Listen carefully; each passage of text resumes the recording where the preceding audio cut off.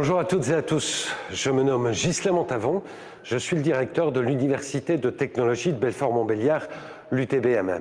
Bienvenue parmi nous, bienvenue à l'UTBM pour cette journée porte ouverte 100% en ligne. À cette occasion, l'ensemble de l'établissement est mobilisé pour vous faire découvrir l'UTBM, nos formations d'ingénieurs, nos campus, nos plateformes technologiques et de recherche, etc. En bref, l'UTBM de A à Z. Tenez, le saviez-vous? Seules 11 écoles d'ingénieurs françaises, sur les quelques 200 que compte le pays, figurent au classement thématique de Shanghai. Et l'UTBM est l'une de ces 11 écoles. Saviez-vous aussi que 9 formations d'ingénieurs, par la voie initiale ou par celle de la formation continue, vous sont accessibles? Saviez-vous également que plus de 50 clubs associatifs, animés quotidiennement par les étudiantes et les étudiants de l'établissement, sont proposés à l'ensemble de la communauté? Toute la journée, au travers de reportages, d'interviews, de directs, vous obtiendrez l'ensemble des informations utiles à vos futures études d'ingénieur à l'UTBM, que cela soit à l'issue d'un baccalauréat pour un cursus en 5 années ou à l'issue d'une première formation dans l'enseignement supérieur pour un cursus en 3 ans. Vous pourrez également poser via les réseaux l'ensemble de vos questions. Une équipe est pleinement mobilisée pour y répondre. Avant de rejoindre notre plateau, je vous souhaite à nouveau une excellente journée en notre compagnie. À très vite donc.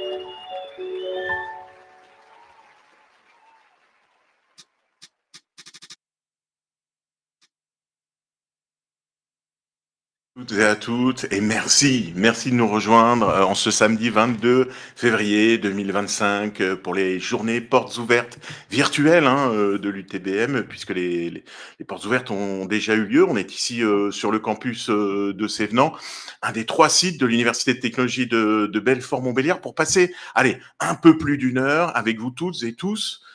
Déjà, vous êtes peut-être avec le café, le thé, au fond de votre lit, sous la couette. Et vous avez bien raison, vous avez le droit, c'est le week-end. Nous, on a convoqué quelques membres étudiants, l'équipe pédagogique, pour répondre à toutes vos questions en un peu plus d'une heure.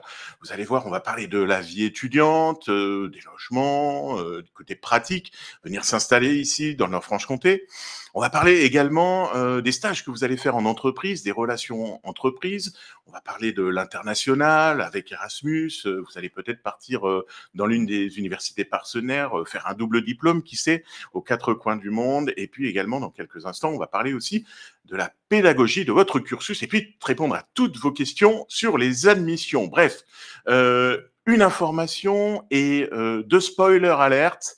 L'information, c'est qu'un petit QR code va s'afficher tout au long de cette émission, qui va vous permettre, durant cette émission, de pouvoir venir répondre à un petit questionnaire. C'est sympa parce qu'il y a aussi des t-shirts à gagner, et ce QR code, il sera aussi utilisable jusqu'au 13 mars. Si vous revoyez cette émission, 13 mars, fin de Parcoursup, vous êtes peut-être en plein dedans, on va en parler. Et puis pour les 2 spoilers alertes, il y en a une pour les étudiants. Venez à l'UTBM, vous allez vous éclater sur des projets passionnants. On l'a dit, une des premières régions industrielles françaises, énormément d'entreprises ferroviaires, l'énergie de puissance, bien évidemment, l'automobile, mais pas que. Et puis, à 2 pas de la Suisse et de l'Allemagne, un environnement sportif, associatif entre les Vosges et le Jura. Vous allez pouvoir vous éclater. Et puis également, les Eurocaines, une superbe vie associative. La spoiler alerte maintenant, elle est pour les parents. Ne vous inquiétez pas, vos étudiants sont entre de bonnes mains. L'Université de technologie de Belfort-Montbéliard, c'est l'une des plus petites universités françaises. Donc, qui dit petite dit également à taille humaine. Et ça, c'est important. On connaît quasiment tous les étudiants. Les équipes pédagogiques sont à leur écoute, et puis également un très bon taux d'encadrement. On va en parler, dans des conditions de travail qui sont, je dirais, presque optimales. On le voit à l'image de ce nouvel éco-campus qui est né l'année dernière du côté de Belfort. Voilà, on va en parler tout ça jusqu'à un peu plus de 11 heures, et avec ma première invitée, notamment. Bonjour Florence Saint-Luc. Bonjour. Florence, vous êtes la directrice à la pédagogie et aux formations de l'Université de technologie de Belfort-Montbéliard. On va partir du commencement. Si je vous demandais de définir l'Université de technologie de Belfort-Montbéliard. C'est une vaste question, mais on va parler pédagogie surtout de l'Université de technologie Belfort-Montbéliard. Donc, c'est une pédagogie qui est très ouverte vers les étudiants, qui repose sur beaucoup de projets, qui repose aussi sur une des spécificités du modèle UT, c'est-à-dire le libre choix du parcours des enseignements. Chaque étudiant arrive et un peu fait son propre parcours. En fait, on est très attentif au projet professionnel de chaque étudiant, et notre objectif est vraiment l'accompagnement vers la réussite vers ce projet professionnel. C'est-à-dire que chacun va pouvoir, en fonction de ses aspirations, en fonction de ses souhaits, choisir les enseignements qui lui correspondent et qui correspondent à son projet, et ceci sur une diversité de spécialités, de matières qui permettent en fait de couvrir de nombreux champs de l'ingénierie. Oui, alors on l'a dit, l'UTBM, c'est à la fois une école d'ingénieurs et l'une des 4 universités de technologie françaises. Université de technologie, quelle est la signature d'Université de technologie? Alors la signature de l'université de technologie, c'est vraiment l'idée, qu'on est, à la fois sur, donc on est université parce que les enseignants en face sont des enseignants-chercheurs, et donc ce sont des gens qui, connaissent leur, qui sont à la pointe au niveau de la recherche et des activités qui sont proposées. Et puis, et puis ce et puis le côté technologie, c'est-à-dire qu'on est très proche du terrain industriel, on est très appliqué dans l'ensemble de ce qu'on va enseigner, et on va aller chercher, vraiment à concevoir des objets, des produits qui sont le plus proche possible, de l'humain, de la société, qui répondent à l'ensemble des enjeux sociétaux qui sont aujourd'hui, heu, important Mmh. pour nous tous. Et Mmh. donc on est en fait on parle souvent de l'ingénieur humaniste en fait. C'est-à-dire qu'on va aller essayer de former des étudiants qui se posent les bonnes questions, qui certes sont excellents au niveau technique, qui sont de très bons concepteurs mais qui sont aussi de très bons ingénieurs, mais qui en plus ont cette philosophie, cette fibre de donner du sens à ce qu'ils font, de se poser les bonnes questions, d'être ouverts sur le monde, d'avoir un esprit critique, réflexif et cetera. Donc ce sont toutes ces spécificités qui sont notamment portées par les sciences humaines et sociales, qui en prennent plus de 20 de notre parcours, pour apprendre aussi à avoir un regard critique sur ce qu'on fait et Ouais, un regard tourné vers l'humain. c'est la spécificité des universités Oui. technologie, donc ce pôle humanité avec des sciences humaines et sociales qui vont venir compléter l'enseignement pour former des ingénieurs humanistes et responsables, c'est C'est tout ça? à fait ça, en fait. C'est Mmh. que voilà, on a bien sûr des matières scientifiques et techniques et puis on a, à peu près 20-25 de la maquette pédagogique, donc de l'ensemble des UE qui sont suivis, qui sont entièrement tournés sur, voilà, ce côté, humaniste, ce côté, se poser les bonnes questions, aborder la transition, aborder, la responsabilité sociétale avec, un regard, en utilisant les disciplines de l'histoire, de la sociologie, de la philosophie, de la psychologie. Voilà, on va essayer vraiment de former nos étudiants à toutes ces dimensions-là, qui sont à l'heure actuelle indispensables dans toute formation, d'ingénieur pour nous, parce que, voilà, la technique ne suffit plus, on le sait tous. Ouais, j'ai donné une petite indication tout à l'heure. Qu'est-ce qu'on peut dire du taux d'encadrement, de la qualité d'enseignement ici? Alors la qualité de l'enseignement, on a la chance d'être une université à taille humaine, comme tu le disais tout à l'heure et du coup, on a des en tronc commun, donc en première année, par exemple, on fonctionne encore en groupe classe et donc on est sur des classes essentiellement de 28. On a quelques amphis à 56 ou un peu plus, mais en fait, on essaye d'accompagner au mieux les étudiants pour qu'ils soient dans des effectifs raisonnables et de pas se retrouver perdus dans de gros amphis. Sur les bac+2 ou plus, c'est la même chose, voilà, on est sur des promotions d'une centaine d'étudiants et donc ça permet des effectifs raisonnables et donc tous les TD, donc tout ce qui est travaux dirigés, on est sur 28 étudiants. Tout ce qui est les TP, on est sur 14 étudiants, donc on peut avoir des TP à l'atelier ou dans les salles informatiques ou même en langue où on est, sur, une dizaine d'étudiants qui sont présents dans la salle, ce qui permet quand même une relation à l'équipe pédagogique, assez très proche et donc un dialogue et puis on est, quand on regarde nos taux de réussite, quand on Mmh. regarde Mmh. notre accompagnement à la réussite des étudiants, voilà, un étudiant qui rentre chez nous, notre objectif, c'est l'amener au diplôme. C'est pas qu'il soit réorienté en cours de route, bien loin de là, cette idée et on va tout faire pour accompagner au mieux, nos étudiants et voilà et les étudiants qui ont des difficultés, on essaye avant tout de les aider à résoudre leurs difficultés. En plus aussi, on offre, un certain nombre de parcours, de personnalisation des cursus, c'est-à-dire que si vous êtes, élu, artiste, sportif, tout ce que vous voulez, on va pouvoir, notre manière de construire emploi du temps nous permet d'aménager votre cursus et nous permet en fait de vous permettre, pourquoi pas, de faire un cursus en 6 ans au lieu de 5, voilà et on va donc tous les projets personnels, quels qu'ils soient, on a des étudiants pompiers, on a des étudiants réservistes, on a vraiment toute typologie d'étudiants et tous ces étudiants disposent d'aménagement de leur cursus et disposent d'autorisation d'absence, de voilà et donc ça, c'est aussi ça, cette université de proximité, c'est qu'on connaît les situations de chaque Mmh. étudiant et on fait le mieux pour les connaître et on adapte au mieux les cursus à nos étudiants. Et ben ouais, c'est ça qui fait aussi la force De de l'UTBM. On l'a dit, il y a ouais. beaucoup de pistes de VTT aux alentours. Et on a d'ailleurs quelques bons sportifs, Oui. notamment, que l'on peut accompagner, la tête et les jambes, l'UTBM. Florence, un petit mot rapide avant d'aller peut-être sur une présentation du cursus. Un petit mot rapide. Le bâtiment A, le nouvel éco-campus, de nouvelles salles d'enseignement, la rénovation bâtimentaire, ça aussi, en termes pédagogiques, c'est important. Oui, en fait, on a des conditions d'études qui sont extrêmement bonnes. On a des bâtiments totalement nouveaux, que ça soit le bâtiment A sur Belfort, que ça soit aussi le fait de pouvoir aller étudier, utiliser les salles d'enseignement et les salles d'idéation qui peuvent être au Crunch Lab, par exemple. Donc un bâtiment entièrement dédié à l'innovation. On a des bâtiments qui sont, en très bon état, des salles, des bibliothèques, des lieux de travail, des espaces de coworking qui sont dédiés aux étudiants. Le nouveau bâtiment A avait une très belle nouvelle bibliothèque avec tout un espace de coworking à l'entrée, avec même, possibilité de travailler à l'extérieur quand il fera beau. Ça va bientôt arriver, vraiment pour que les étudiants puissent se sentir à l'aise, sur le campus, en fait. Et donc c'est vrai que, on essaye au maximum de trouver pour les étudiants des lieux de travail, des lieux de convivialité. Voilà, notre objectif, c'est que tout le monde se sente bien, les équipes pédagogiques et les étudiants. Allez, un petit coup d'œil sur le cursus ingénieur. Je crois que vous nous avez préparé une slide qu'on va afficher à l'écran. Le temps pour moi de vous dire que vous pouvez bien évidemment poser toutes vos questions sur les chats des réseaux sociaux, YouTube, LinkedIn, Facebook. N'hésitez pas à poser vos questions, nous y répondrons en direct. Et puis, même si vous revoyez cette émission, n'hésitez pas à nous les poser sur les messageries. Toute l'équipe est mobilisée pour être à votre écoute et répondre à ces questions. Florence, on a parlé d'un cursus ingénieur en 5 ans. Comment on pourrait le présenter rapidement?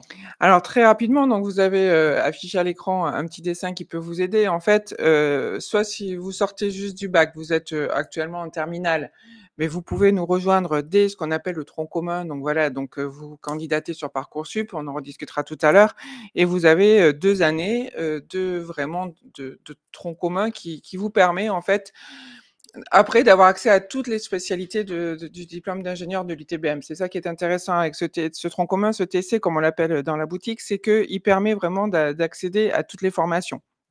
Ces 2 années, elles sont notamment, elles vous permettent de faire un stage ouvrier, puis elles vous permettent d'asseoir vos bases, en sciences essentiellement, en maths, en physique, en informatique, en sciences pour l'ingénieur, et vous allez un peu, découvrir toutes les disciplines, qui peuvent après être enseignées à l'UTBM.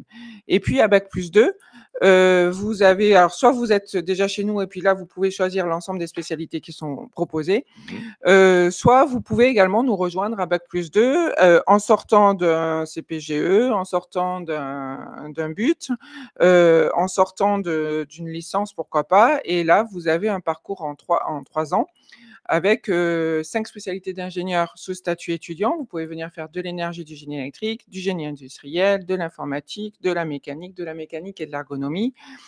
Et puis 4 spécialités sous statut apprenti, c'est-à-dire avec la moitié du temps en entreprise et la moitié du temps dans l'école, autour de l'énergie et le génie électrique, de l'informatique, de la logistique industrielle et de la mécanique et transport. L'une des spécialités chez nous, c'est quand même ces 2 stages longs qu'on voit sur le parcours ingénieur, Oui, c'est-à-dire que vous avez une année d'études chez nous, 6 mois de stage en entreprise, je crois qu'on en reparlera tout à l'heure, et puis de nouveau une année d'études et de nouveau 6 mois de stage. Ce qui fait que sur les 3 ans de la formation d'ingénieur, il y a une année complète en partie entreprise, même sous statut étudiant, ce qui est une des spécificités de l'UTBM, quoi, du modèle UT de manière générale. C'est cette période très, très importante en entreprise, et l'ensemble vous permet d'être diplômé du diplôme d'ingénieur de l'UTBM qui est accrédité par la commission des titres d'ingénieur. Et ben voilà, un beau coup d'œil. Vous avez peut-être quelque chose à rajouter? Juste quand même parce que, alors, c'est vrai que la majorité de nos étudiants rentrent en ingénieur, mais on a aussi des formations de master et de doctorat. Donc, il faut surtout pas non plus hésiter à candidater selon d'où vous venez, sur les formations master et doctorat, qui font aussi partie du vivier de l'UTBM. Donc, on a 3 masters ouverts à l'UTBM, un plus tourné vers l'entrepreneuriat, un autre plus vers les affaires industrielles, et puis un nouveau qu'on ouvre juste cette année autour de l'ingénierie des systèmes complexes et avec un parcours notamment autour de la robotique. Voilà, et puis la possibilité, bien évidemment, d'organiser à la fois son cursus ingénieur et puis le master voilà, en parallèle. Il est tout à fait possible, donc soit de faire que les masters, soit de faire un parcours d'ingénieur et de compléter son parcours ingénieur avec un double diplôme, avec un diplôme de master issu de l'établissement, ce qui vous permet et puis bien entendu avec des passerelles qui permettent de faire tout ça en un temps relativement court. Et ben voilà, un très beau programme pour vous organiser votre projet professionnel. Ça semble passionnant. J'aurais presque envie d'y aller, d'y retourner. Je sais plus si j'ai l'âge, mais bon. Et puis les compétences, d'ailleurs. Il y a pas de limite d'âge, donc tout le monde peut venir. Alors, 2 petites remarques. La première, c'est qu'effectivement, vous voyez, l'apprentissage, ça, c'est intéressant et on vous accompagne. On en reparlera tout à l'heure avec les relations entreprises pour trouver votre apprentissage. Et puis, les spécialités d'ingénieur, vous allez pouvoir les découvrir. C'est en vidéo juste après les portes ouvertes et toute l'année, d'ailleurs, c'est sur la page portes ouvertes de notre site internet. On parlait il y a quelques instants de la pédagogie. Tiens, et on va vous retrouver. Tiens, on va parler des admissions. Je vois quelques questions sur le chat à propos des admissions, des inscriptions. On en parle juste après ce qu'il fait. C'est l'une des vitrines de l'UTBM, l'innovation. Crunch Time, à tout de suite.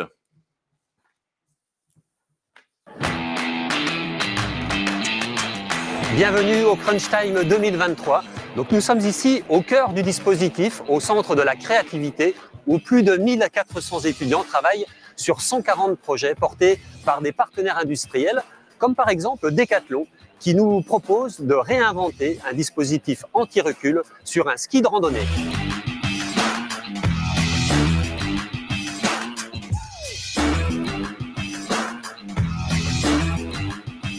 Alors Decathlon dépose des projets ici pour plusieurs raisons. C'est intéressant pour nous d'avoir un œil externe, vraiment un point de vue un peu neuf sur nos problématiques. Je trouve que le séquencement est assez bien fait. On a vraiment un point de départ de bien s'imprégner, demander clarification et bien exprimer les besoins aux porteurs de projets, histoire que tout le monde soit bien d'accord, que le groupe aille dans le bon sens. C'est des ingénieurs, ils sont habitués à se poser des questions, à avoir de la curiosité, donc nous, on a vraiment le nez dans les projets, on peut manquer parfois un petit peu de recul, donc ça nous permet vraiment de prendre un peu de distance et puis avoir peut-être rebondir par rapport à certaines idées qu'ils vont nous donner. Peut-être que là, ce qui sera livré sera intéressant, mais il nous fera aussi peut-être rebondir et découvrir de nouvelles solutions. Ça peut nous permettre d'avoir un peu plus d'inspiration aussi sur les sujets en cours. Aussi, ça nous permet de rencontrer des partenaires d'autres industries, donc c'est intéressant aussi pour faire des liens, des contacts sur des stratégies qu'on pourrait avoir en commun. Et faire du recrutement, identifier des talents, pourquoi pas, qui se démarqueraient dans les groupes et faire passer quelques entretiens aux étudiants qui sont présents et qui sont intéressés par l'entreprise. Ici, au Fab Lab, les étudiants viennent matérialiser leurs meilleures idées. Comme par exemple la start-up Parco, qui travaille en coopération avec Lizzie Automotive pour réinventer un nouveau cadre de vélo.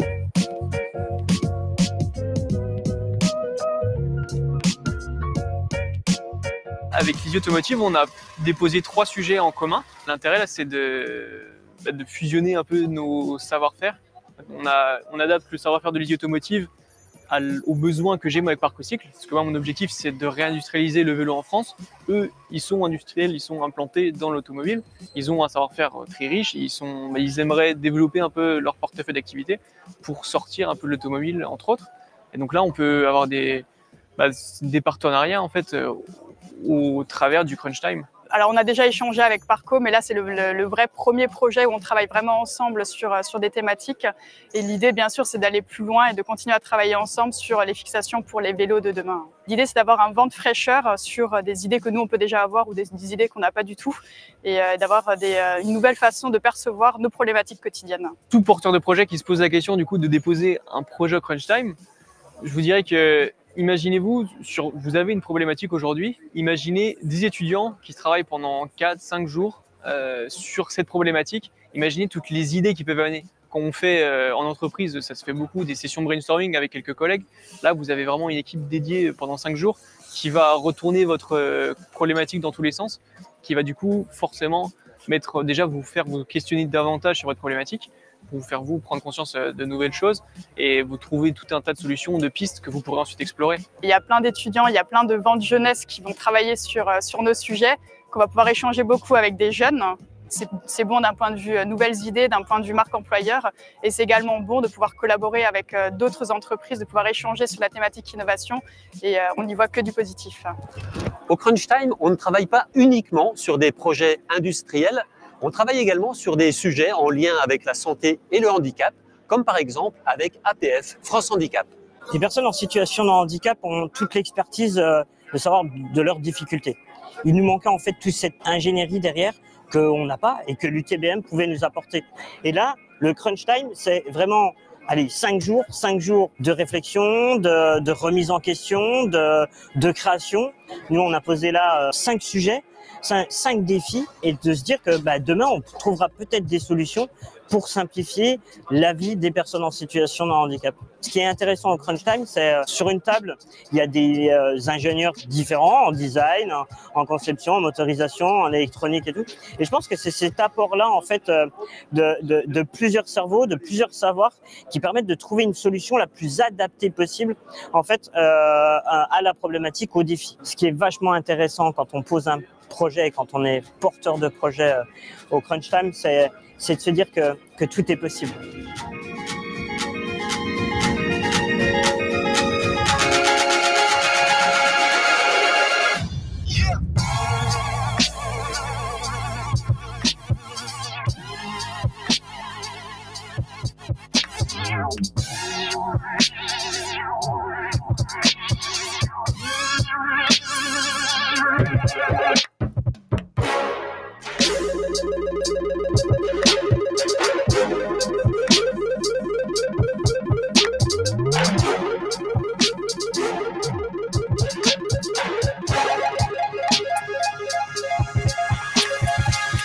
Si vous aussi, vous avez envie de proposer un challenge d'innovation, rendez-vous au prochain Crunch Time.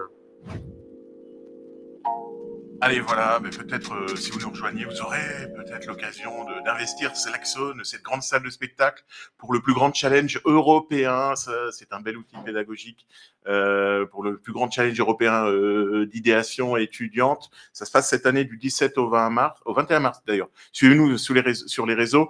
On en reparlera. Florence, on est toujours avec vous. Florence Tinduc, vous êtes directrice aux formations à la pédagogie de l'UTBM. On attaque un gros chapitre, ce sont les admissions. Et là, je vois les questions qui tombent en avalanche et c'est bien. N'hésitez pas à me poser vos questions, à nous poser vos questions. On est là pour y répondre sur les réseaux. Alors, des questions, on va commencer par quoi? Peut-être déjà, avant de répondre aux questions, par nous expliquer tout simplement comment intégrer l'UTBM. Peut-être déjà, ça répondra à quelques-unes de vos questions. Et puis, celles qui restent, on va y répondre ensuite. Tout savoir. Je souhaite intégrer l'UTBM. Quand, comment Alors, pour intégrer l'UTBM, je crois que vous avez une slide qui s'est affichée devant vous. Et donc, vous avez comme ça l'ensemble des informations qui sont reprises. Faites une petite photo d'écran, comme ça, vous avez tout ce qu'il faut. Ou regardez la vidéo en replay. Et donc, du coup, si vous êtes au niveau bac, c'est Parcoursup comme tout le monde. Donc, c'est assez simple. Vous candidatez sur Parcoursup. Aux dates du calendrier Parcoursup, tout le monde est aligné. Donc, jusqu'au 13 mars pour faire vos premiers vœux. Et puis, pour vous inscrire. Et puis, jusqu'au 2 avril pour valider définitivement votre dossier. Et donc, de mi-avril à mi-mai, au niveau de l'UTBM, on a des entretiens en groupe, des entretiens de motivation. Donc, l'idée, c'est vraiment d'aller questionner votre motivation. Et donc là, il faut arriver dans les entretiens avec les éléments que vous avez mis dans votre lettre Parcoursup et dans ce que nous, on attend dans les lettres Parcoursup, dans les entretiens, c'est de votre projet professionnel, en fait. C'est de pourquoi vous voulez devenir ingénieur. On ne rentre pas à l'UTBM pour voir s'il y a de la lumière, on rentre à l'UTBM pour devenir ingénieur. Et donc voilà, l'idée, c'est que vous nous expliquiez quelles sont vos motivations, quels sont vos centres d'intérêt. Est-ce que vous voulez devenir ingénieur spécialisé automobile, aéronautique, nucléaire, qu'importe, mais voilà, et que vous nous expliquiez tout ça. Alors bien entendu, ça peut encore évoluer, vous avez le temps ça vous engage à rien, mais au moins que vous ayez une idée de ce que vous vouliez faire et de votre projet. Et puis, vous recevrez les réponses sur Parcoursup en courant du mois de juin-juillet. Juste un petit point, c'est que sur Parcoursup, les groupes UT, donc l'UTBM, l'Université de technologie de Compiègne et l'Université technologique de Troyes, c'est un seul vœu. Donc, ça vous permet en plus de candidater sur les 3 UT dans un seul vœu et donc avec les sous-vœux des 3 UT. Donc, c'est quand même intéressant aussi. Pour ceux qui rentrent à bac plus 2, l'admission se fait sur dossier comme sur Parcoursup. Et par contre, là, c'est sur le site Groupe UT où vous allez avoir l'ensemble des informations pour vous inscrire. Et là, le site est ouvert jusqu'au 20 mars. De même chose, il y a des entretiens entre février et mi-mai qui sont aussi des entretiens de motivation, et ce sont des entretiens essentiellement individuels, sauf pour les CPGE où on est sur des entretiens de groupe. Alors, je répète simplement, pour l'entrée en spécialité, là, on va sur le tout nouveau site groupe UT. à la française, ut-toutattaché.fr. Oui. Et la date limite, c'est le 20 mars. Hein, voilà. Voilà. Et donc, et là, vous pouvez candidater, que ce soit sur les formations d'ingénieur ou d'apprentissage. Et puis, il y a une deuxième campagne, même pour les formations sous statut apprenti. Mais voilà, vous avez les informations sur ce qui est affiché. L'important, c'est déjà cette première campagne jusqu'au 20 mars. Alors, les questions, les notes d'abord. Est-ce que avoir 17 sur 20 dans une classe et être 5e, c'est pareil qu'être premier avec 14 sur 20? En fait, nous, ce qu'on regarde souvent, et donc l'ensemble des dossiers de candidature, ce qui est demandé, c'est également la moyenne de la classe. Et en fait, on fait des calculs en fait entre l'écart de la moyenne de l'étudiant et la moyenne de la classe. Il vaut mieux avoir 17 avec une moyenne de classe à 15 qu'avoir 17 avec une moyenne de classe à 19. Voilà. Donc, du coup, c'est pas forcément le classement, c'est vraiment, il y a la moyenne globale de la classe qui est regardée et l'écart avec celle-là. Et puis les matières dans lesquelles on regarde. Bien entendu. Ouais. Donc, alors sur Parcoursup pour les bacs, ce qu'on va aller essentiellement recruter, c'est des spécialités maths physique, des spécialités maths NSI, donc sciences du numérique, maths sciences pour l'ingénieur.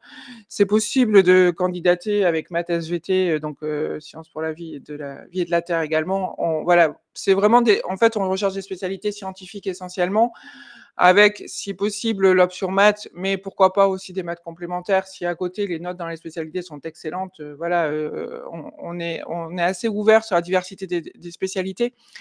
c'est ce que je disais tout à l'heure, c'est que l'ingénieur humaniste, il fait pas que des sciences pures, il sait aussi réfléchir, il sait questionner le monde qui l'entoure, il sait s'intéresser à ce qu'il a autour de lui et donc on est tout à fait, on regarde l'ensemble des dossiers qui peuvent arriver chez nous. Alors, on a des questions aussi sur intégrer. Alors, peut-être question, taux de sélection, est-ce que c'est sélectif? Est-ce que j'ai une Alors, chance si je... oui, bien sûr, Ouais. je pense que tout le monde a une chance. En TC, on a quand même, donc en première année, post-bac, on a quand même 290 places ouvertes sur Parcoursup. Si vous êtes dans les premiers de classe, quoi, si vous êtes des bons étudiants et que vous êtes motivés pour un diplôme d'ingénieur, c'est vraiment la motivation aussi qu'on regarde. Il n'y a aucune raison que vous puissiez pas avoir votre chance à l'UTBM. Ouais, c'est la même chose que lui demander le pourcentage des BUT admis. Le pourcentage de BUT, alors je vais pas vous donner des chiffres parce que ça dépend beaucoup des formations, mais on recrute sur la première moitié de BUT, il y a pas de raison que ça passe pas. Sur les tout premiers de BTS, ça peut aussi passer et en CPGE, voilà, on sait très bien que les CPGE sont des étudiants qui travaillent beaucoup, donc on est assez ouvert aussi au profil CPGE. Voilà, question qui a répondu de Pascal. Alan se posait la question, la même question, le pourcentage voilà, d'admission entre le tronc commun et la spécialité. Alors, du moment que vous êtes admis en tronc commun, si vous validez votre tronc commun donc normalement, le tronc commun classique, c'est 4 semestres. On en autorise 5, voire parfois 6. Donc déjà, ça peut, on a droit à l'erreur, on a droit à l'accompagnement. C'est ce qu'on disait, c'est qu'un TC en 5 semestres, l'étudiant n'est pas réorienté ou voilà, on va le garder dans nos murs et on va l'accompagner et lui permettre de faire sa formation d'ingénieur normalement. Le petit dessin que vous a montré tout à l'heure, le schéma du parcours, montrait bien qu'on était semestre réalisé. Ce qui fait qu'on peut nous rejoindre en février. Et ça, c'est la particularité aussi des universités. Oui, et puis on peut faire un TC en 5 semestres et puis rentrer en branche, donc rentrer en spécialité d'ingénieur au mois de février. On n'est pas obligé de commencer en septembre. En fait. C'est-à-dire que si j'ai mon diplôme en octobre, pas de problème. Si vous avez votre diplôme en octobre, vous pouvez candidater sur la rentrée de février ou même vous pouvez candidater avec vos notes et ça peut passer aussi en fonction des conditions du diplôme. Donc tout est faisable. Voilà, tout marche par semestre, donc on peut attaquer sur février et on rattrape, voilà. Ouais. Et donc pour ce qui est du taux de passage entre le TC et les branches, normalement tout le monde passe.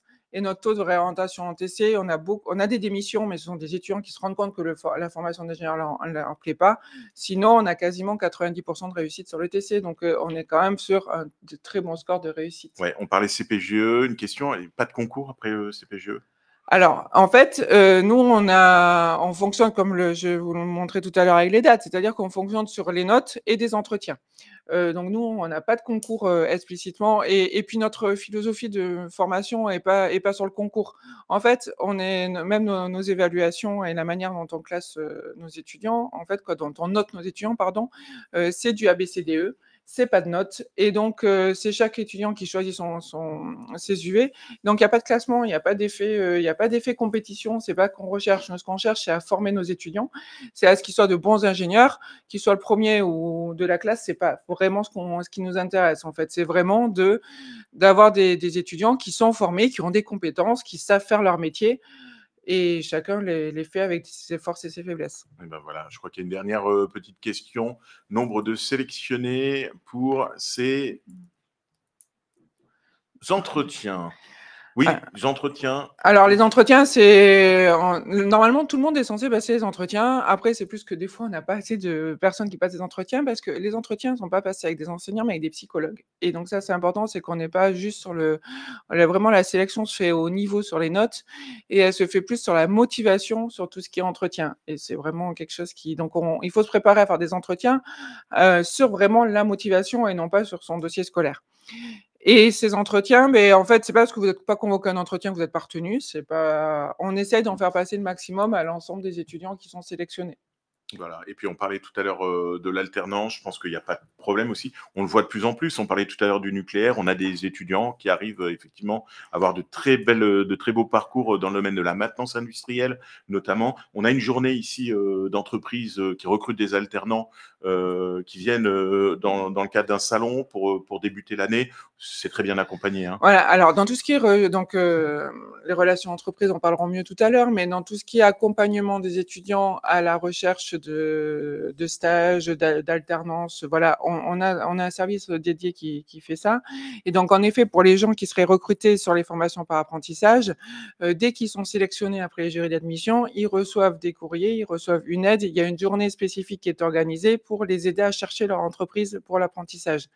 Et donc ça, c'est quand même important parce que voilà, ça permet vraiment un accompagnement au plus proche des étudiants avant même qu'ils soient chez nous, puisque c'est pour chercher leur apprentissage avant même de commencer la formation. Eh ben voilà, vous avez tout dit quasiment, Florence Saint-Duc. Merci de nous avoir rejoints ce samedi matin. Et vous avez d'ailleurs fait la transition vers les relations entreprises qu'on va retrouver. Pauline, je la vois par ici, Pauline Doxin. On va en parler dans quelques instants de vos stages, notamment en entreprise. Je vous l'ai dit, ici, on est à Sévenans. Et c'est ici d'ailleurs que vont évoluer ces premières années les nouveaux étudiants. Je vous propose tout de suite, en images, de découvrir le campus. À tout de suite.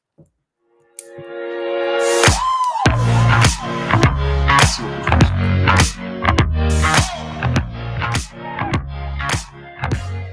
Bonjour, c'est Maëlle. Je suis étudiante sur le campus de Sévenans. Venez, je vais vous faire visiter. Être étudiante à Sévenans, c'est avoir un endroit où on peut s'asseoir. Là, là, là ou là. Pour boire du café à côté d'une belle voiture.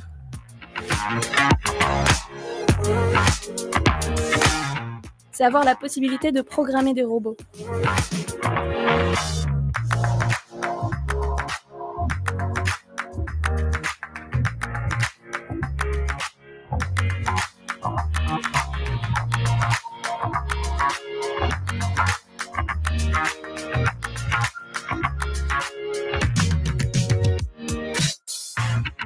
La bibliothèque, c'est un lieu super important pour tous les étudiants.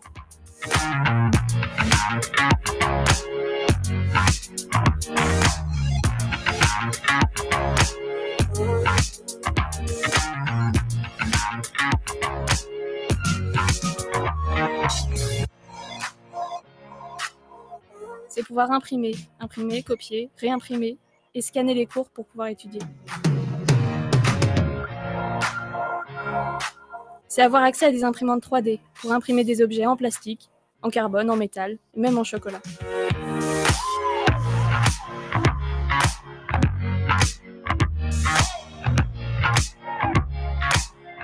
C'est profiter de la nature en restant à proximité des grandes villes.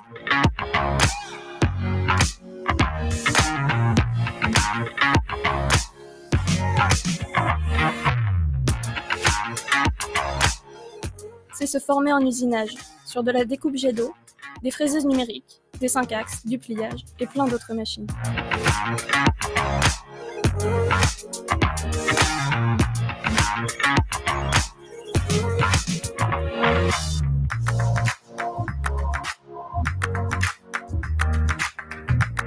C'est avoir un resto universitaire, sur place ou à emporter.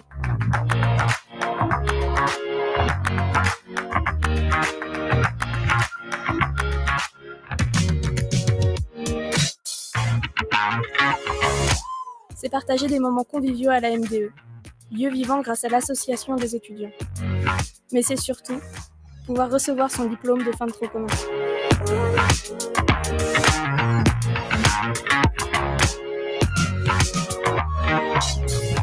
Bref, bienvenue à Sévenans. Et ben voilà, de retour ici à Sévenans avec Pauline Doxin, alors qui travaille au sein de l'équipe des relations internationales. Voilà, j'ai réussi à le dire, c'est pas ma formation entreprise. Bonjour Pauline. Bonjour. Les entreprises, relations entreprises, on va en parler juste après. Mais bon, l'international, c'est aussi des stages, des doubles diplômes, plein de choses. Pourquoi est-ce que c'est important une équipe de relations internationales dans une université ? Alors, pour plusieurs choses. D'une part, voilà, je reprends le slogan de l'UTBM, un regard différent sur le monde. Et puis, Florence l'a évoqué tout à l'heure, c'est non seulement une formation d'ingénieur, mais on veut vraiment former des ingénieurs humanistes, capables de prendre en compte de multiples facettes quand ils abordent des problématiques et surtout en relation avec l'innovation. Donc tout ça, ça peut être vraiment enrichi par cette ouverture à l'international et également d'un côté plus pratico-pratique pour obtenir le diplôme d'ingénieur, il faut que chaque étudiant ait justifie donc de 18 semaines d'expérience à l'international à l'issue du cursus UTBM. Ouais, ça, c'est obligatoire. Ça, c'est donc la CTI, donc c'est la commission des titres d'ingénieur qui émet ce critère, donc qui le rend obligatoire. Ouais, quelle opportunité de voyager à l'international. On commence par quoi, j'ai envie de dire, il y a plein de sujets qu'on va aborder. Alors, vous me dites, hein, les stages, Erasmus, les doubles diplômes, les relations internationales, c'est énormément d'opportunités quand on est étudiant. Les stages, on vient d'en parler à l'international. Dans l'une des multiples entreprises à l'international, comment on accompagne les étudiants voilà, pour partir à l'international? Alors concrètement, donc l'UTBM, c'est plus de 250 partenaires dans le monde entier. Donc ça offre un panel de possibilités assez Université vaste. partenaire. Hein. Ouais. Exact, c'est ça. Donc là, je suis plus sur la partie tout ce qui est en attrait aux possibilités de semestre d'études à l'étranger. Et donc ça, les possibilités sont très très vastes et ce dès le début du parcours. Donc on a tout à l'heure évoqué un peu la construction du cursus à l'UTBM. Donc dès leur intégration dans les 2 premières années de tronc commun, les étudiants qui le souhaitent peuvent partir un semestre à l'étranger dans une de nos universités partenaires. Ouais. Et la même possibilité est offerte donc pendant l'aspect branche les 3 années. Et donc ça, voilà, ils peuvent tout à fait partir donc en semestre d'études à l'étranger ou même partir dans le cadre d'un double diplôme pour obtenir à l'issue de la formation et le diplôme de l'UTBM et le diplôme de l'université partenaire. Et par rapport à l'accompagnement, on a bien insisté également sur le fait que l'UTBM, c'était une université de technologie à taille humaine. Donc, le gros avantage, c'est l'accompagnement très personnalisé qu'on va pouvoir proposer à chacun de nos étudiants dans le montage de leur projet de mobilité, que ce soit tant au niveau donc des semestres d'études à l'étranger que pour les étudiants qui souhaitent s'orienter plutôt vers des stages à l'international. Voilà. Dans les 2 cas, ils ont une gestionnaire dédiée qui est là pour les accompagner, que ce soit les conseillers au niveau administratif ou au niveau de leur intégration sur place. Oui, parce que tout ça, c'est un projet, j'imagine. Alors, autant pour le semestre d'études, qu'on peut faire, hein, vous l'avez dit, même dès le tronc commun. Exact, tout à fait. Que pour le stage, on va essayer de réfléchir avec l'étudiant. On va pas partir n'importe où, n'importe quand pour faire n'importe quoi, j'imagine. Voilà, tout à fait. C'est donc parce que, comme on l'a évoqué tout à l'heure, c'est non seulement la possibilité d'enrichir un peu son cursus avec ce côté international, mais c'est aussi derrière et avant tout un cursus professionnel que l'étudiant va construire. Donc, il faut vraiment que ça ait du sens pour sa carrière. Voilà, pour le côté professionnel, même si, bien évidemment, que le côté personnel va être très enrichi de ce type d'expérience-là. Voilà, ouais. Et donc, pour pouvoir construire un projet qui a du sens, oui. Donc non seulement les étudiants vont pouvoir être accompagnés avec leur gestionnaire, mais dans le cadre de l'UTBM, ils vont pouvoir être en contact avec l'international depuis l'UTBM, à savoir que lors d'événements tels que l'Erasmus Day, par exemple, ils vont pouvoir rencontrer des étudiants qui sont déjà partis eux-mêmes en mobilité pour avoir des retours d'expérience, pour savoir un petit peu s'ils hésitent entre plusieurs destinations, plusieurs cours, cursus à prendre sur place.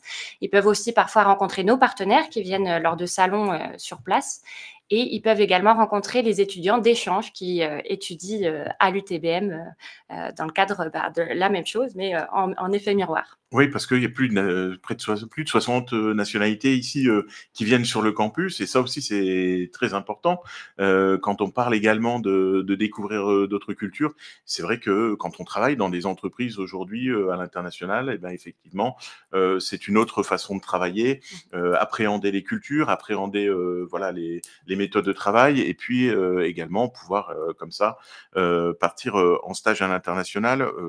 J'imagine que c'est aux 4 coins de la planète, dans tous les pays, ou quasiment. Exact. Donc, en effet, l'UTBM, c'est plus de 66 nationalités d'étudiants qui sont ici dans les murs chaque année. Donc, ça permet aux étudiants d'être directement en contact avec toute cette richesse et cette diversité. Et en effet, ça permet donc de leur offrir déjà cette capacité de concevoir des projets avec cet aspect international et aussi tout le réseau de relations que ça peut permettre d'ouvrir plus tard. Et donc après, voilà, réseau de relations, comme je le disais, au niveau des universités, on est sur plus de 250 partenaires. Au niveau des entreprises, on a également un grand panel d'entreprises qui nous publient les offres et que chacune des gestionnaires va par la suite diffuser. Mais mon collègue Jérôme va vous en dire certainement plus tout à l'heure. Oui, Jérôme, pour les relations entreprises. On va l'écouter juste après vous. Tiens, on a une petite question sur les réseaux. Apprentissage et international, est-ce qu'on est en formation sous apprentissage en tant qu'apprenti, on peut partir à l'international? Tout à fait. Bonne nouvelle. Oui, vous le pouvez. Alors, en revanche, très bonne question parce que les conditions sont tout à fait différentes. Donc déjà, par rapport aux critères de la CTI, donc la Commission des titres d'ingénieur. Donc, actuellement, pour obtenir le diplôme sous statut d'étudiant, il faut valider 18 semaines d'expérience internationale. Pour les apprentis, c'est 12 semaines. 12 semaines. Et là, pour les apprentis, ce qui se fait très régulièrement, c'est le fait que dans leur lieu d'apprentissage, dans l'entreprise où ils sont, l'entreprise va leur permettre de travailler. Donc, souvent, c'est des expériences d'environ 3 semaines dans des filiales de leurs partenaires à l'étranger. Et ça, c'est ce qui se fait le plus fréquemment. C'est des expériences courtes, du coup, dans des milieux, dans des entreprises à l'international. Voilà, ou sur les sites de production, par exemple. Exact. Une petite question. Quand je parlais des semestres, quand on parlait des semestres d'échange, on pense forcément à Erasmus. Et là, c'est vrai que c'est une grande porte d'entrée à l'international, mais pas que ça. On a aussi des partenariats qui sont autres et qui permettent aussi d'aller explorer différents types de projets de pays. Exact. Donc l'UTBM, on travaille bien évidemment beaucoup avec Erasmus. Donc, ça nous ouvre la porte vers toutes les destinations européennes. Mais on a également tout un tas d'autres conventions avec de nombreux autres partenaires partout dans le monde, notamment le Canada. On a un double diplôme à Taïwan. On a la possibilité de partir en Afrique également avec pas mal de partenaires. Donc, oui, pour le coup, je ne vais pas citer les 257, mais il y a une grande possibilité de panel de destination. Ouais. Bon, très bien. Je vois une question qui s'affiche. On va prendre la dernière question. Est-ce que ce sont l'expérience internationale, est-ce que ce sont des coûts supplémentaires? Alors, pas forcément, sachant que dans tous les cas, il y a la possibilité d'obtenir des bourses. Donc, de nouveau, pour tout ce qui est ces démarches administratives-là, elles vont pouvoir être proposées aux étudiants et on va les accompagner pour obtenir que ce soit les bourses Erasmus ou d'autres styles de bourses type AMI, des aspects un peu plus régionaux qui permettent d'avoir des financements. D'accord. Donc, déjà, il y a ce type de financement qui est possible à mettre en place.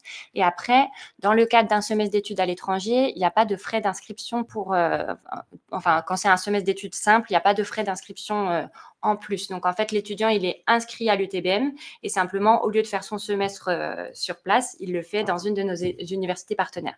Donc, après, il n'y a pas forcément de coûts supplémentaires. Bien évidemment, il y a les coûts de la vie selon les destinations qui peuvent varier, mais l'un dans l'autre, ça permet au plus grand nombre de bénéficier de ce genre d'opportunités. Voilà, et pour tout ça, on vous accompagne, on va vous guider, et puis vous, en fonction, effectivement, de tous ces facteurs-là, de toutes ces infos, vous prendrez ces décisions. La même question peut-être pour les doubles diplômes, et d'ailleurs, ça peut être un intérêt, ouvrez grand vos oreilles.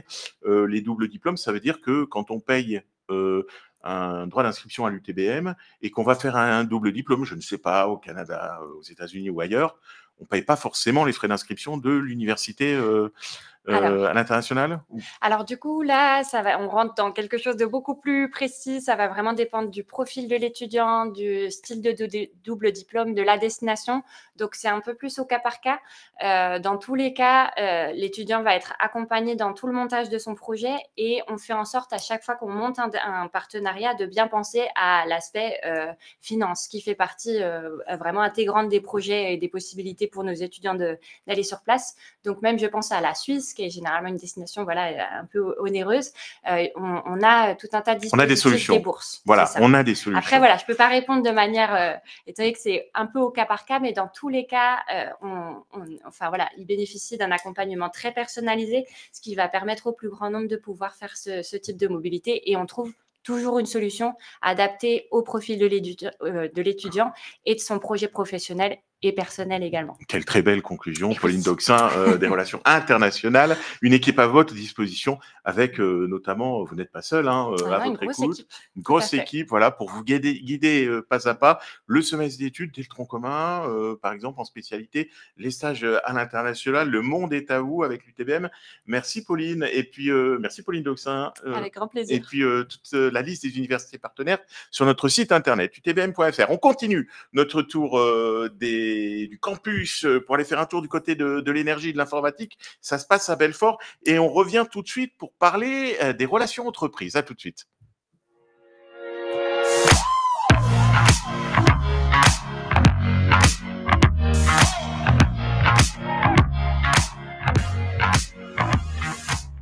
Salut, moi c'est Baptiste, je suis étudiant sur le campus de Belfort. Suivez-moi, je vous emmène visiter.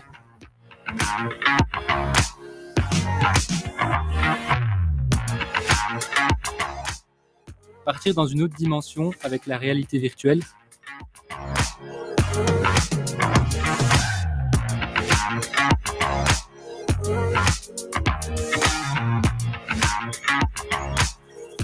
C'est brancher des câbles, ici, là, et puis encore ici.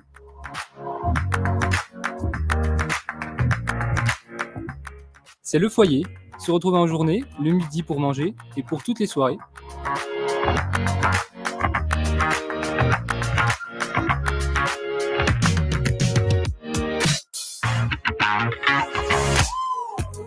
C'est concevoir et exploiter les techniques de demain pour un futur durable.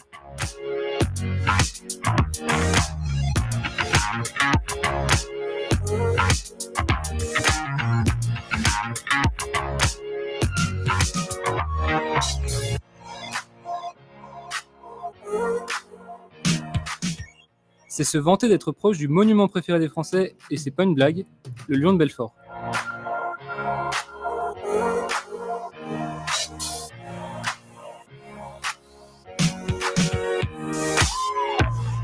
C'est comprendre les phénomènes physiques qui nous entourent, comme les ondes électromagnétiques, et plus encore.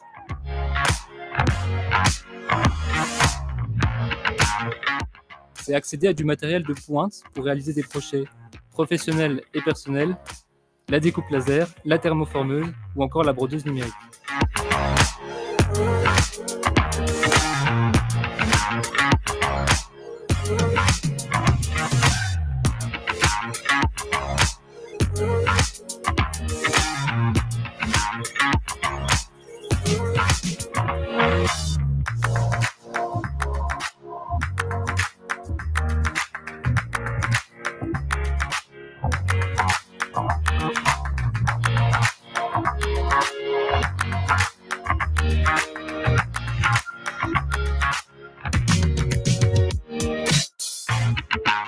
Travailler sur des projets qui utilisent la pile à combustible et l'hydrogène.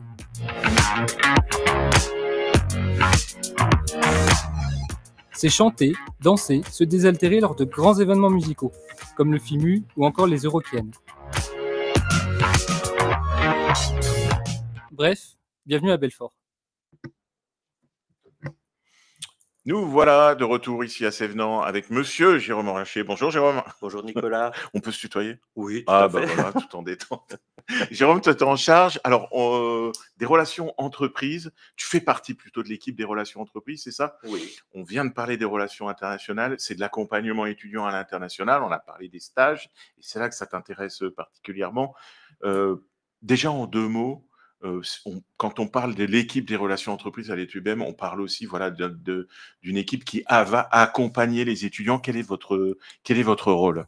Alors, tout à fait. Quel est ton rôle? Oh non, je vais prendre le rôle de l'équipe, c'est plus large. À titre principal, il y a la gestion des stages, comme tu l'as dit, l'appui aux recherches des étudiants, l'organisation d'ateliers pour les CV, les lettres de motivation en français, en anglais, la diffusion d'offres de stages d'entreprises partenaires et l'établissement des conventions de stage et le suivi jusqu'à l'évaluation finale des stagiaires. Donc, ça représente à peu près chaque année 1300 conventions de stage, dont un cinquième qui sont réalisées à l'étranger. Et on a 44% des ingénieurs diplômés qui sont recrutés dans l'entreprise où ils ont réalisé leur projet de fin d'études, ce qui est quand même un élément important. Donc, les stages structurent bien l'entrée dans la vie professionnelle de nos futurs diplômés. Est-ce que ça veut dire, en résumant, et je vois que tu as des feuilles là, parce que tu mènes une enquête, hein, d'ailleurs une enquête d'insertion, est-ce que ça veut dire que les étudiants, les stages de fin d'études, généralement se transforment majoritairement en emploi dans l'endroit où on a fait les stages de fin d'études? Quel est le taux d'employabilité, le délai d'employabilité en gros? Je sais que c'est un peu facile ce que je te demande, mais si on devait donner Oui, quelques chiffres. le temps de recherche d'emploi, on va dire qu'il est à un demi-mois, puisque là, on compte effectivement, c'est 0,5 mois, hein, c'est sur les statistiques données sur les réponses des diplômés des 3 dernières promotions. Bon, on coûte pas cher à Pôle emploi, quoi. Donc, effectivement, on peut dire qu'on ne coûte pas cher à Pôle emploi, hein, et le dispositif est à titre principal, hein, puisque la première source de recrutement, c'est le projet de fin d'études. Bon. La direction des relations entreprises, c'est aussi d'autres activités, hein, puisque tu m'as demandé un peu le périmètre. Il y a l'organisation d'événements, comme le congrès industriel qui a lieu en octobre et qui permet… Gros événement, hein, congrès Gros industriel. événement. Combien hein. c'est?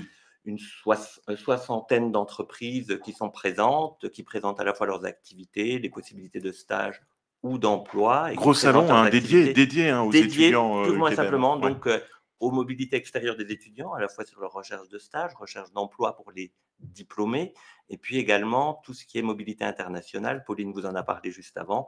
C'est vrai que ça donne aussi des informations sur les partenariats, ce qui peut être fait dans le cadre du cursus.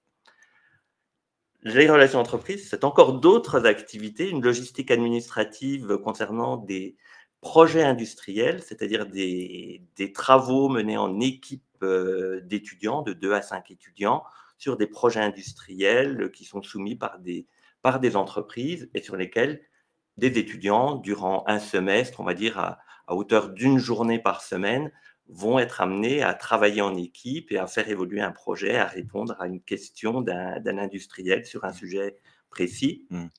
Et nos étudiants peuvent en réaliser entre 1 et 4 projets durant leur cursus, donc qui s'ajouteront donc aux stages déjà réalisés et qui leur donnent effectivement des profils appréciés. Un autre point encore, c'est le suivi avec le service des mobilités étudiantes, le suivi individualisé de l'obligation d'expérience internationale. Je pense que Pauline en a déjà parlé, les fameuses 18 semaines obligatoires réalisées à l'étranger durant le cursus. Oui. Et donc, c'est vrai qu'il y a une collaboration entre le service des stages et le service des mobilités pour trouver la formule qui correspondra le mieux à l'étudiant. Est-ce que ce sera un stage? Est-ce que ce sera un semestre d'études à l'étranger, un double diplôme? Ou pour d'autres, des projets personnels qui s'inséreront durant le cursus pour remplir cette obligation. Oui, et puis on parle de près de 10 000 entreprises partenaires de l'UTBM dans lesquelles les étudiants ont pu, un jour ou l'autre, peut-être réaliser un stage à travers le monde. Tu as parlé des projets voilà, de partenariat, tu as parlé des visites d'entreprises également, c'est-à-dire qu'on va visiter les entreprises viennent ici, à la fois pour présenter leur activité, mais aussi en intervention dans le cadre de cours. Oui. Et puis, il y a quelque chose dont tu n'as pas parlé, sont également les chaires industrielles. Oui. On a notamment des chaires industrielles sur l'énergie de puissance avec General Electric, avec des partenariats renforcés avec Alstom, avec Enedis, et puis le réseau des UT avec EDF. Oui, c'est vrai qu'on a… Et puis une chaire EDF, effectivement. Donc, qui sont des éléments importants, hein, puisque c'est un moyen, on va dire, de connecter à la fois nos formations et notre recherche au niveau d'expertise les plus pointus sur le marché mondial, puisqu'effectivement, ce sont des partenariats qui sont importants et qui ouvrent, je dirais, un petit peu les esprits à des dispositifs exigeants, à des technologies de pointe, et qui ouvre, on va dire, cette perspective-là à nos étudiants. Oui, parce que ce qui est vraiment important, c'est que vous l'avez compris, on est une université, école d'ingénieurs et université, donc on a de la recherche, des labos, des enseignants-chercheurs, et ces chaires industrielles, notamment celle avec EDF, celle avec Alstom sur la décarbonation du TGV du futur, par exemple, ça amène à travailler sur des projets de recherche auxquels sont intéressés Alstom, mais également d'intéresser nos étudiants à ces projets, de pouvoir favoriser des échanges, de l'interaction. On est vraiment dans un écosystème industriel intéressant. Je le disais ici, une des premières régions industrielles de France. on a vraiment une relation avec les industriels qui est quand même assez importante et intense, on peut le dire. Ah oui, oui, tout à fait. Ça veut dire qu'effectivement, nos étudiants, donc, à travers les stages, les projets industriels, se retrouvent, on va dire, baignés dans un écosystème, on va dire, industriel et de problématiques industrielles qui va forcément les ouvrir et faciliter ensuite leur insertion professionnelle à la sortie de l'UTBM. Ouais. Un dernier petit mot, tiens, puisqu'on parlait de l'apprentissage, une journée également dédiée à l'apprentissage et les entreprises qui viennent sur le campus de Sévenant. C'est un salon également, et on va pouvoir, les apprentis qui vont nous rejoindre, on va pouvoir vous guider à travers les stands, vous allez pouvoir parler avec les professionnels et peut-être, pourquoi pas, trouver votre apprentissage. Tout à fait, hein, c'est la partie, on va dire, événementielle, hein, puisque j'ai parlé du congrès industriel, et effectivement, il y a aussi un autre aspect qui se déroule en fait au moment de l'innovation Crunch Time, où en fait, il y a une journée de rencontre entre les étudiants, les apprentis, les futurs apprentis et les entreprises, de manière également à les aider à trouver, on va dire, l'entreprise qui pourra les accompagner durant 3 ans pour arriver à un diplôme d'ingénieur par apprentissage. Eh ben, voyez, ce sourire de Jérôme Orlaché et voilà toute la bienveillance de l'équipe des relations avec les entreprises qui va vous guider, voilà, vous aider tout au long de ce cursus dans le cadre voilà, de vos stages en entreprise, dans le cadre également des différents travaux. Vous allez avoir des interventions des entreprises. Merci beaucoup, Jérôme, de ce petit moment ce samedi matin. Merci. Merci à tous pour Et puis, effectivement, à noter cette étude ingénieur qui est disponible sur le site interweb. Un petit mot rapidement, tiens. Bon, bah, très intéressant, ça. Un petit mot rapide, hein, simplement pour dire qu'effectivement, la dernière synthèse en date est celle de l'enquête 2024, hein, réalisée l'an passé, puisque celle de 2025 est en cours.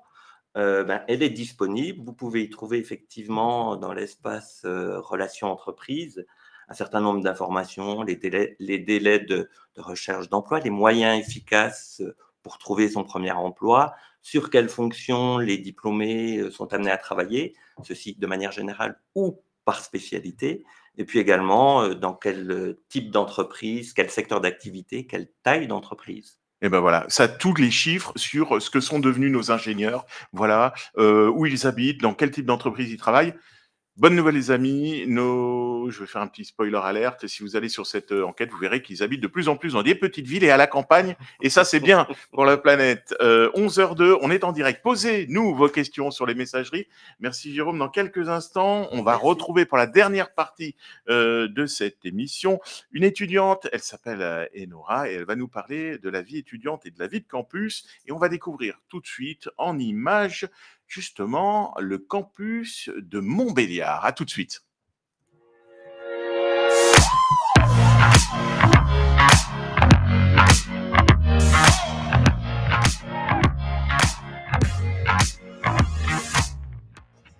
Salut, moi c'est Léa et je suis étudiante sur le campus de Montbéliard. Je vous emmène visiter ?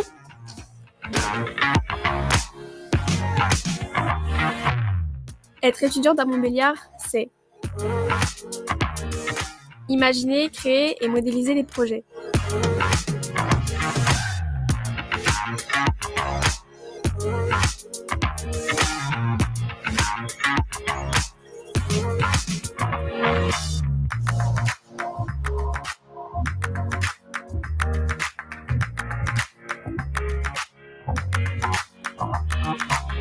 Profiter d'un patrimoine industriel et culturel riche.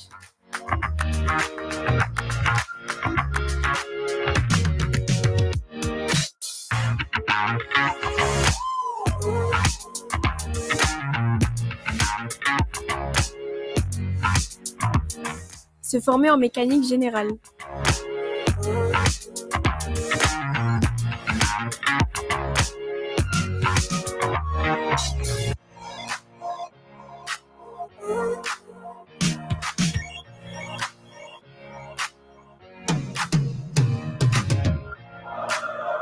Supporter un club de football historique.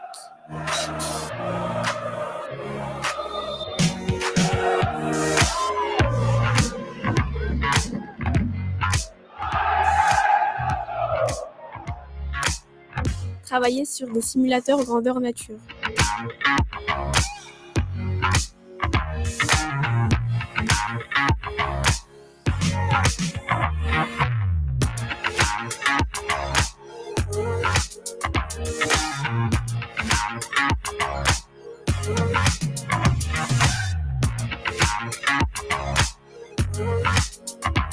Boire un chocolat chaud dans l'un des plus grands marchés de Noël de France.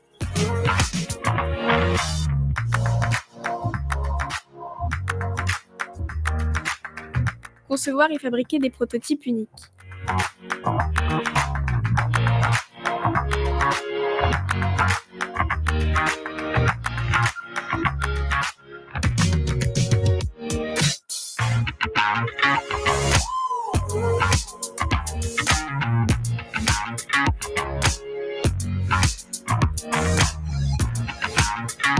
C'est révéler ses talents.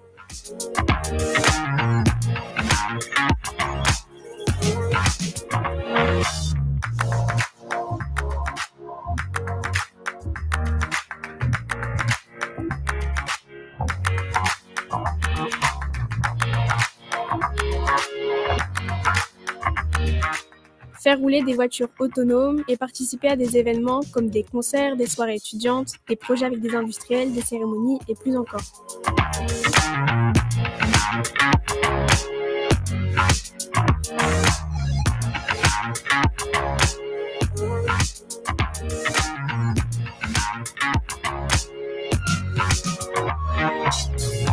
Bref, bienvenue à Montbéliard. Et ben voilà, si vous voulez voir la voiture autonome qui roule toute seule notamment, ça sera du côté C'est révéler ses de talents. Montbéliard. Le tronc commun, par contre, lui, se déroule à Sévenans. Je voyais une question sur les réseaux sociaux. Toutes ces questions, hein, si on n'y a pas répondu, ne vous inquiétez pas, on les garde de côté et puis on vous fera un petit retour sur les réseaux sociaux ou sur le site internet. Et d'ailleurs, si vous revoyez cette émission en replay, n'hésitez pas à nous poser vos questions sur les messageries des réseaux. Voilà, c'est dit. Un petit QR code qui a dû s'afficher et qui va s'afficher à votre écran. Il va nous permettre de gagner non pas un t-shirt, on a upgradé. C'est un suite de l'UTBM. D'ailleurs, allez sous la boutique. Superbe suite, nouveau site de l'UTBM à gagner en répondant aux quelques questions voilà, qui vous seront posées. Et puis également, de retour pour la fin de cette émission, Enora, j'avais prévu des questions, je les mets de côté puisqu'on va discuter tranquillement. Enora, toi, tu es étudiante. Merci de t'être levé ce samedi matin. Pas de souci. La Bretagne, de venir en Bretagne jusqu'en Franche-Comté, ça fait quoi? Le Nord? Le Nord. Ça reste l'Est, Bah, l'Est-Ouest? on reste Comment sur ça la s'est même, passé?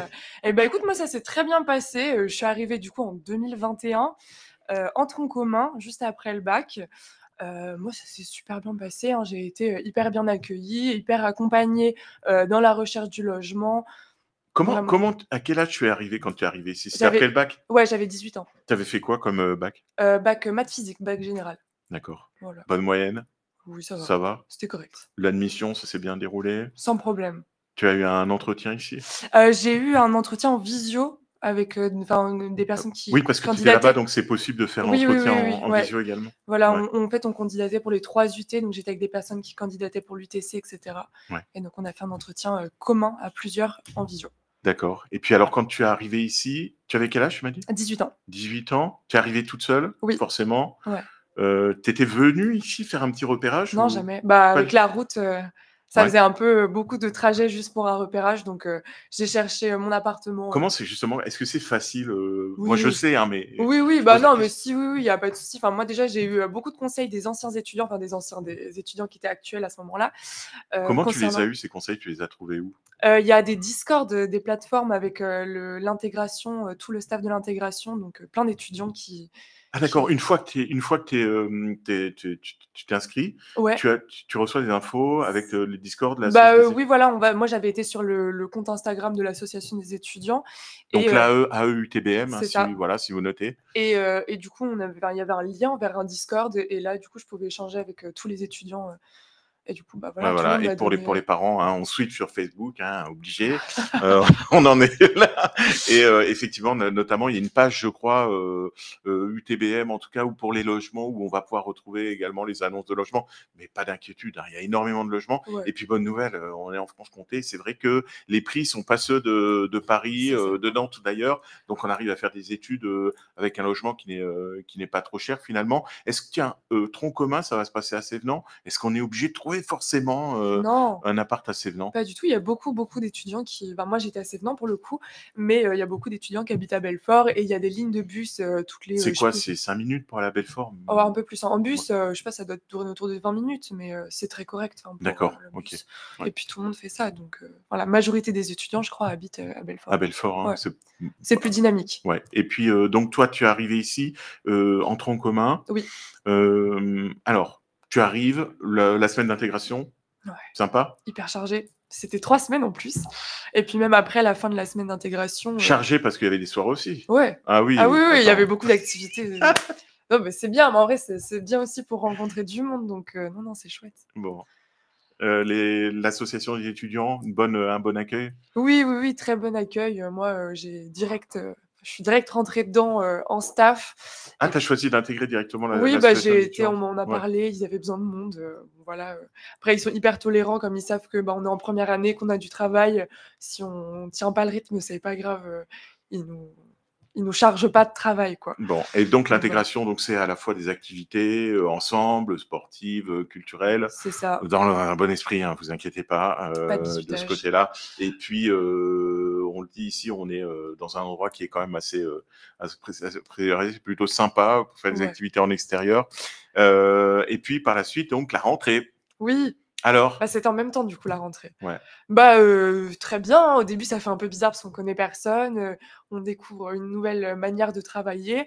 Heu, on s'habitue enfin, assez rapidement, quoi. Le plus compliqué, d'après moi, c'est, d'un coup, devoir gérer, faire ses courses, faire son ménage, faire sa vaisselle, travailler, alors qu'on est Ah habitué à ce ouais, que on ce n'a soit pas nos l'habitude parents quand qui on est chez. fassent. C'est Ben ça. oui, c'est pas Du vraiment. coup, c'est un peu, à la limite, le truc le plus compliqué à gérer au Ah bah tu début. m'étonnes. Et après, bon, on s'habitue au bout de 15 jours, 3 Bon. semaines, on a pris le rythme et Ouais. tout va bien, quoi.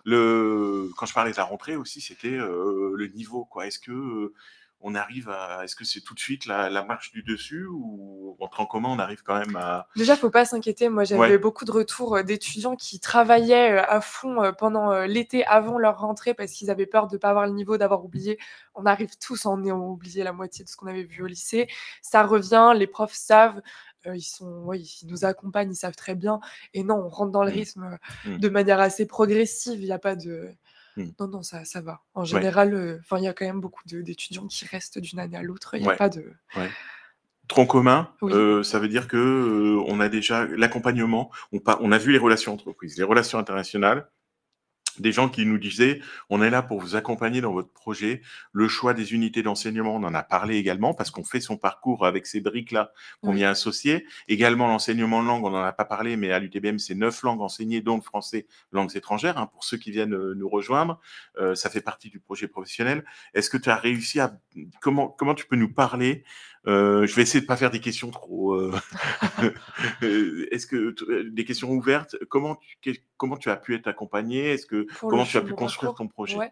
Bah, moi, j'ai beaucoup échangé avec des anciens, enfin des étudiants qui étaient plus âgés que moi, parce que du coup, ils ont déjà fait les matières, ils savent comment elles fonctionnent, de quoi elles parlent vraiment, parce qu'entre juste le titre de la matière et ce qu'on y voit, pendant le semestre, il y a toujours un peu un décalage. Donc enfin, le plus fiable pour moi, c'est d'en discuter avec les étudiants qui ont vécu ce qu'on vit et pareil pour le choix des branches, hein, ils ont fait la branche, ils l'ont presque finie pour la plupart.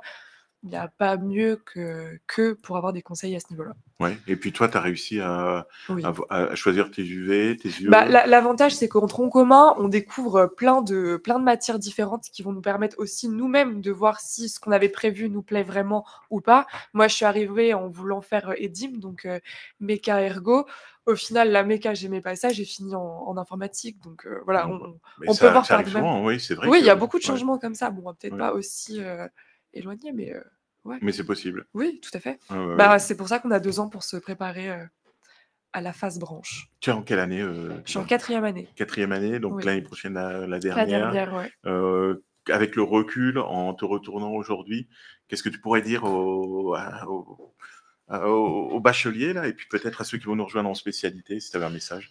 Bah, moi, je dirais, enfin, plus sur la partie où il y a beaucoup d'étudiants, enfin de lycéens du coup, qui stressent parce qu'ils savent pas ce qu'ils veulent faire plus tard. Je suis en 4e année d'école d'ingénieur, je sais pas ce que je veux faire après. On a le temps, on a des stages pour découvrir, on a beaucoup d'interlocuteurs pour nous permettre de découvrir des métiers qu'on ne connaît pas. Et puis voilà, on peut changer, on est accompagné. Faut pas hésiter à demander de l'aide. Faut pas se stresser là-dessus, quoi. C'est vraiment. Non, ne vous stressez pas. En tout cas, l'association étudiante, un petit mot, il y a le bureau des sports, donc énormément de sports possibles. On l'a vu, on est vraiment en Franche-Comté, dans une région où on a la chance de pouvoir faire du VTT, de la rando, de la natation. On a de nombreux sportifs, les Eurocaines, etc. au niveau culturel. Et puis l'AE, avec énormément de clubs aussi. Moi, j'ai été du coup présidente de l'association des étudiants. Donc, il y a environ une 50aine de clubs tous les semestres, et s'il n'y a pas ce que vous voulez, vous pouvez le créer assez facilement. Donc ça va du club, je sais pas, de jeux de société à la couture, il y a des trucs de fusée, enfin je connais pas tout, mais voilà, il y en a beaucoup pour faire des pour faire des tapis, il y a miel, l'apiculture, c'est ça, le club brasserie, enfin il y a vraiment tout, et ce qu'il n'y a pas, vous demandez, vous dites de quoi vous avez besoin, vous créez un budget, ils vous montrent comment faire, et puis si c'est accepté, bam, vous avez votre club et vous avez votre nouvelle activité. Et ben voilà, un petit message à rajouter? Tout va bien? Il y a pas de souci. On t'a fait lever samedi matin, merci beaucoup. C'est pas grave, il n'y a pas de souci. Merci Nora en tout cas de nous avoir rejoints. Avec plaisir. Et puis merci à toutes et tous. On arrive à la fin de cette grosse heure, je vous avais dit, on est un petit peu débordé, 11h16 de votre présence. N'hésitez pas à toutes vos questions, on les prend, c'est sur les messageries. Le replay, il est disponible. Venez sur la page utbm.fr puisque vous allez pouvoir à partir de maintenant découvrir en vidéo, et c'est moi qui suis allé dans les différents labos notamment, rencontrer les enseignants-chercheurs pour vous présenter les spécialités sous statut étudiant ou sous statut apprenti de l'UTBM. Vous allez retrouver tous les chiffres. Suivez-nous sur les réseaux sociaux. Si vous n'avez pas de réponse, à part les messageries, vous avez une adresse email, service au singulier, .admission au pluriel, @utbm.fr. On vous souhaite bon courage, on croise les doigts pour vous, pour Parcoursup jusqu'au 13 mars prochain. On est à vos côtés et puis on espère notamment vous revoir très bientôt ici sur les campus. Voilà, tout est dit. Quant à moi, je vais vous laisser et puis je vous souhaite une très bonne journée. On va pouvoir repartir en week-end. On se donne rendez-vous très vite. Quant à nous, peut-être dès la rentrée ici sur le campus de Sévenant. Et n'oubliez pas, faites de l'UTBM le bon choix. Bye bye.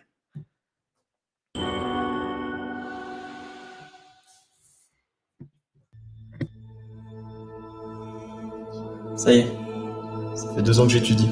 Toujours stylé d'être ingénieur. Mais là, je suis un peu perdu.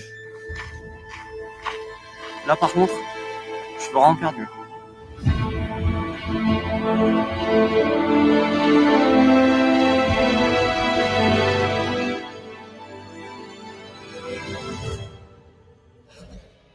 En mécanique et ergonomie, tu concevras de beaux produits, innovants et durables.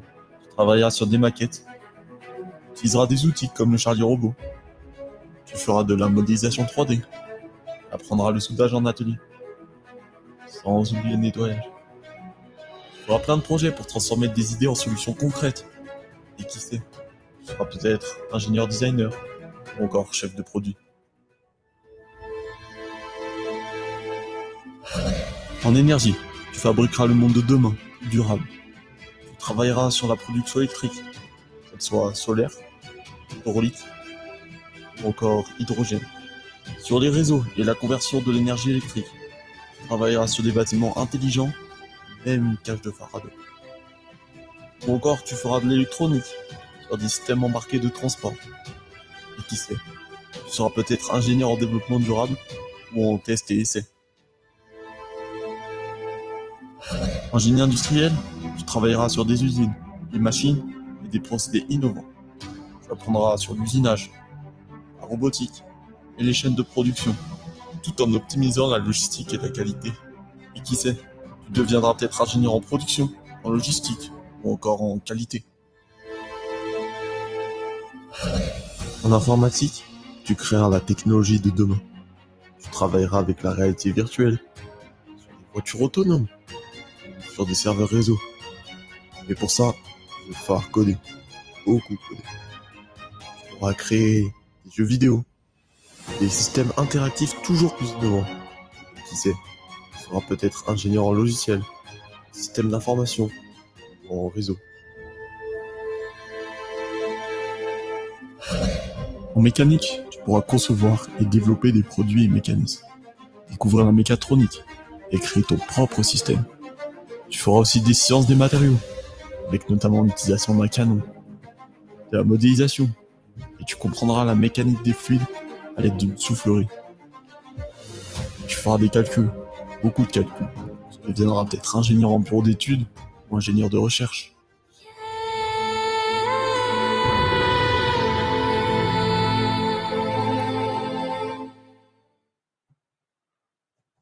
Ah ben voilà, ils ont été malins. Je vous ai dit au revoir, mais ce n'était qu'un au revoir. Ils ont glissé la petite vidéo. Les étudiants qu'on peut saluer, qui ont réalisé voilà techniquement ces portes ouvertes avec l'équipe communication. Antoine et Timothée, c'était le film qu'ils viennent de réaliser là dans le cadre d'un concours Je filme ma formation. Et tiens, si vous voulez les soutenir, c'est sur le site tout de suite. Allez cliquer sur leur vidéo. Je filme ma formation pour aller partir peut-être à la capitale vers Paris pour la finale de ce grand concours. Merci en tout cas Timothée de nous avoir fait découvrir ta formation. Allez, on va vraiment se laisser là avec la vidéo de clôture. Ça, c'est ce que vous aurez peut-être dans 5 ans, le fameux diplôme à l'Axone pour cette superbe cérémonie de remise des diplômes de l'UTBM. Bye bye.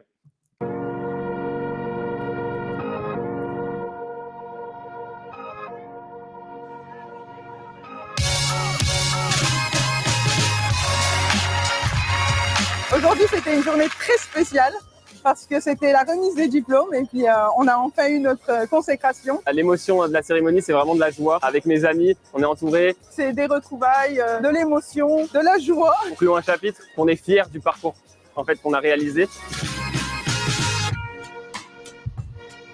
Quand on monte sur scène, on est heureux, tout simplement. J'ai été heureuse d'aller chercher mon diplôme. Ce que je ressens, c'est de la joie. Déjà, je suis content qu'on soit tous ensemble pour pouvoir fêter cet événement. C'est que de la fierté. C'était un moment de consécration et de joie. Et puis un soulagement, c'est bon, c'est officiellement terminé. On a fait nos études et on peut passer à la suite.